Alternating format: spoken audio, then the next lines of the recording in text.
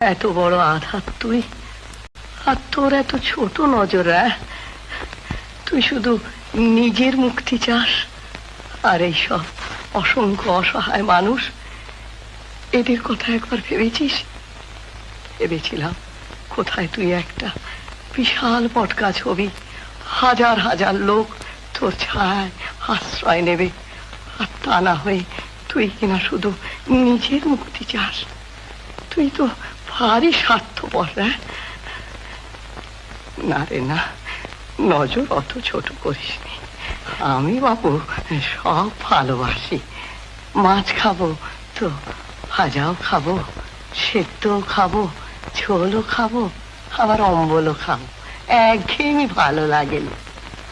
তুইও তাই কর। একাধারে জ্ঞানী আর ভক্ত তুই হ।